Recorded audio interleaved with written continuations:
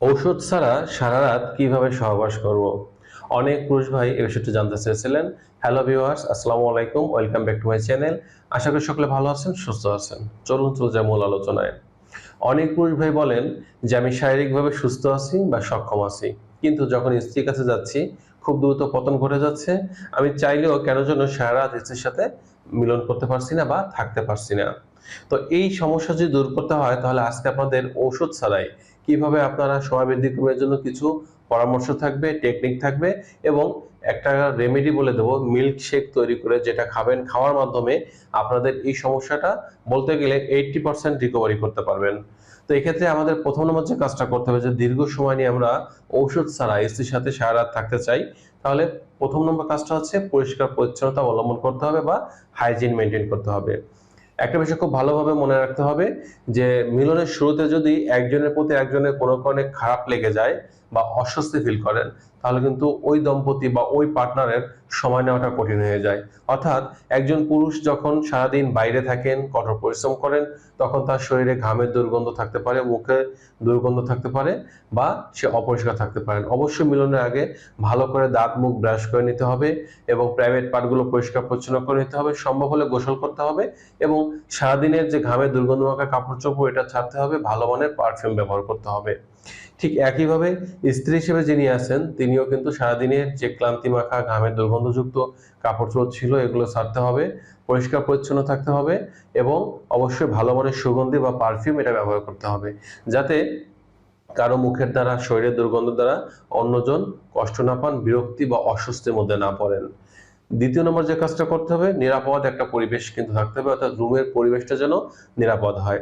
কখনো যেন মনের মধ্যে ভয়, জড়তা, আতঙ্ক না থাকে যে কেউ এসে দেখে ফেলতে পারে, কেউ বুঝে ফেলতে পারে, কেউ নক করতে পারে বা কোনো সমস্যা হতে পারে। এরকম যেন অনিরাপদ না হয়। একেবারে নিরাপদ শুনশান একটা পরিবেশ থাকতে হবে এবং সেই জায়গাটা যেন নিজেদের আয়ত্তের মধ্যে থাকে, কোনো প্রকার ঝুঁকি যেন না থাকে। কারণ ঝুঁকি থাকলে মুখের ভিতর যখন বাড়ি মারতে থাকবে যে কেউ দেখে ফেললো কিনা, এসে গেল কিনা, তখন কিন্তু আপনি সময় নিতে পারবেন না, দ্রুত পতন ঘটে যাবে। এজন্য নিরাপদ পরিবেশটা অন্যতম একটা বিষয়। তৃতীয় নম্বর যে কাজটা আপনাদের করতে হবে, অবশ্যই মিলনের আগে পেট পুরে খাবার খাওয়া যাবে না। ভালো খাবার রান্না হয়েছে বাসায়, পেট ভরে খাবার খেলেন, খাবার খেয়েই বিছানায় গিয়েছেন, একটু পেনিসটা সুদৃঢ় হয়েছে, অমনি সহবাস শুরু করলেন, তাহলে কখনোই কোনোদিন আপনি মিলনে দীর্ঘ সময় নিতে পারবেন না। কারণ আপনি যখন পেট ভরে খাবার খাবেন তখন আপনার ওই খাবারগুলো হজম প্রক্রিয়া সঠিকভাবে করার জন্য আপনার শরীর কাজ করতে থাকবে। শরীরটাও কিন্তু একটা মেশিন, এটা মনে রাখতে হবে। শরীরের প্রত্যেকটি অর্গান তখন খাবারে হজম করায় ব্যস্ত থাকে।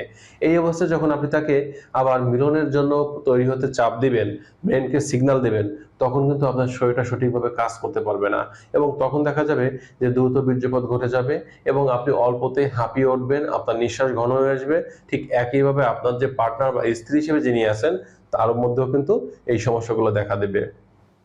৪ নম্বর যে কাজ করবেন, হালকা পাতলা খাবার খাবেন। একেবারে পেট ফাঁকাও থাকবে না, আর ভরে খাওয়ার তো প্রশ্নই আসে না। এই হালকা পাতলা খাবারের মধ্যে সবচেয়ে ভালো হয় যদি আজকের এই চমৎকার মিল্ক শেকটি তৈরি করে নিতে পারেন। এই মিল্ক শেকটি তৈরি করার জন্য আপনাদের নিতে হবে ১ গ্লাস ফুটন্ত গরম দুধ। গরু বা ছাগলের ১ গ্লাস ফুটন্ত গরম দুধ নিবেন। এর মধ্যে একটা হাঁসের ডিম, কাঁচা হাঁসের ডিম ভেঙে দিন। ভেঙে দিয়ে নাড়তে থাকুন।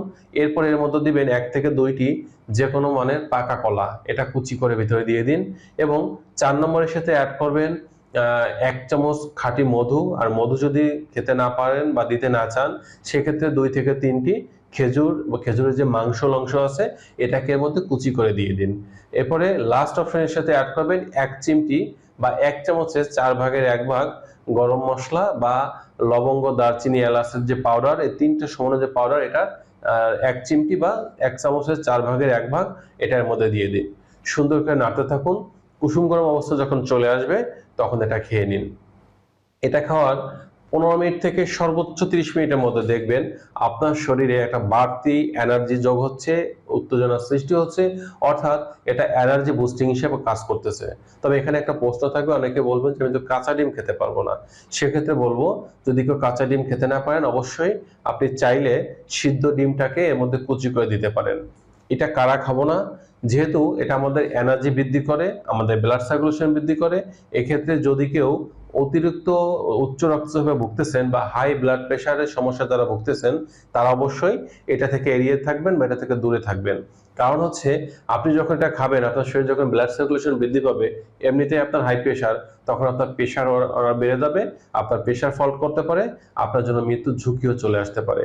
এজন্য যাদের প্রেশার বেশি তারা এটা খাবেন না, আর যারা স্বাভাবিক প্রেশারের লোক, যাদের ওষুধ খেতে হয় না, তারা এটা খাবেন এবং খাওয়ার সাথে সাথে দেখবেন যে আপনাদের উন্নতিটা আসতে শুরু করছে। এবারে সেই 5 নম্বর যে কাজটা করতে হবে, কখনোই অতিরিক্ত উত্তেজিত হওয়া যাবে না। মিলনের আগে আপনারা স্বামী স্ত্রী যখন ফোরপ্লে করবেন তখন খুব স্লোলি সফটলি আলতোভাবে স্ত্রীর প্রত্যেকটি জায়গায় আদর করবেন, স্ত্রী ও হাজব্যান্ডের স্পর্শকাতর জায়গায় আদর করতে থাকবেন। ফোরপ্লেতে আপনারা ধৈর্য সহকারে যদি 10 মিনিট সময় নিতে পারেন, মেইন প্লেতে আপনারা 15 মিনিট পারবেন। আপনি ফোরপ্লেতে যদি 20 মিনিট পারেন, মেইন প্লেতে 30 মিনিট পারবেন।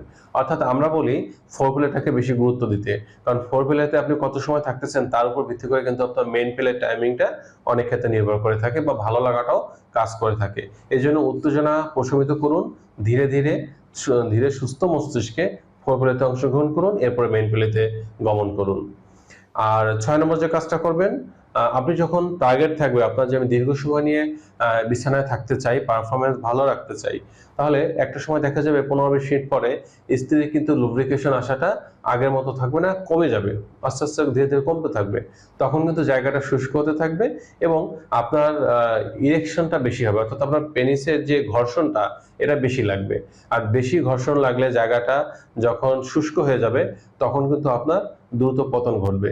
এই জন্য আপনি এখানে লুব্রিক্যান্ট ব্যবহার করতে পারেন, অর্থাৎ কিছু সময় পরে যখন দেখবেন যে ন্যাচারাল লুব্রিক্যান্টটা আসা কমে গেছে, তখনই আপনি এখানে লুব্রিক্যান্ট ব্যবহার করতে পারেন। লুব্রিক্যান্ট হিসেবে বাজারে যে জেলিগুলো পাওয়া যায়, চাইলে এগুলো ব্যবহার করতে পারেন, অথবা এক্সট্রা ভার্জিন নারকেল তেল অথবা অলিভ অয়েল তেল। আর এটাও যদি ব্যবহার করতে না পারেন তাহলে সরাসরি মুখের যে লালা এটা ব্যবহার করতে পারেন। অর্থাৎ জায়গাটা যেন পিচ্ছিল থাকে এটা নিশ্চিত থাকতে হবে, কারণ জায়গাটা যত বেশি পিচ্ছিল থাকবে তত বেশি দেখা যাবে যে আপনার ঘর্ষণ কম লাগবে, এবং ঘর্ষণ কম লাগার ফলে দেখা যাবে যে আপনার যে সময় বেশি নিতে আপনার সাহায্য করবে।